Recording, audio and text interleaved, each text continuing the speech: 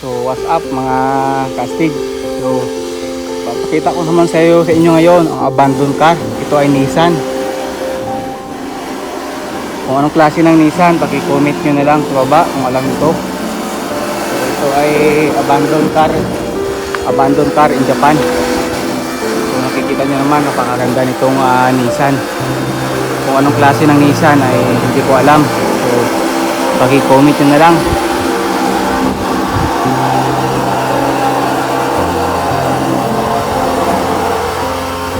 Makina niya kaya wala na yung makina niya. Ito yung engine bay niya.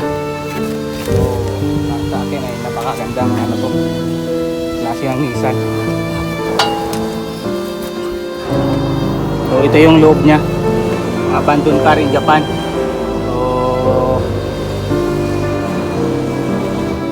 mabigat. So, ito yung mga tachometer niya oh. So napakaganda, tignan nyo naman. Para sa akin maganda. Pasado sa quality ko. Ako, sa itsura pa lang ay natatakot na ako. Naku. Ayun oh, napakaganda nga talaga to. Napaka-solid ng klase ng kotse na to. Pag mabuo. O ayan siya. Yan lahat, may mga bago, may mga libro. Tignan natin yung libro, baka dahil dito yumaman tayo. Manual lang pala, akala ko kayamanan na. So ayun lamang mga kastig. So walang ginto rito.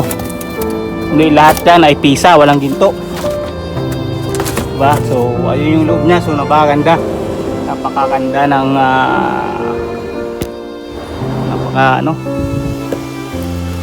sayang nga lang at buti hindi nahulog ako. Kung mahulog man ako ay di sa'yo lang, diba? So napakaganda talaga ng klase ng Nissan na to. So shout out sa mga nagre-restrict dyan ng mga kotse, dahil ito ay napakaganda. Tama nyo naman talagang dati pa lang nilalaban na to. Kung natalo ay hindi ko alam. So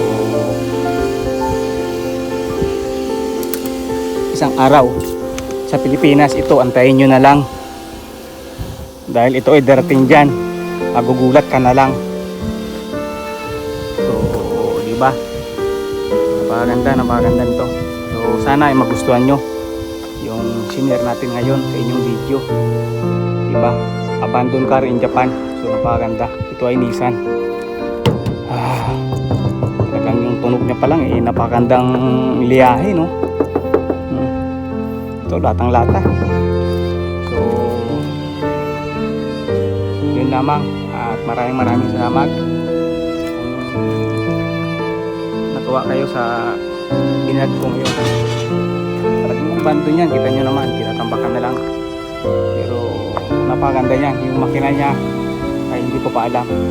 So once again, ito si Astig Samurai. Maraming salamat sa inyo mga kastig. Mabuhay ang lahat ay pagpalain.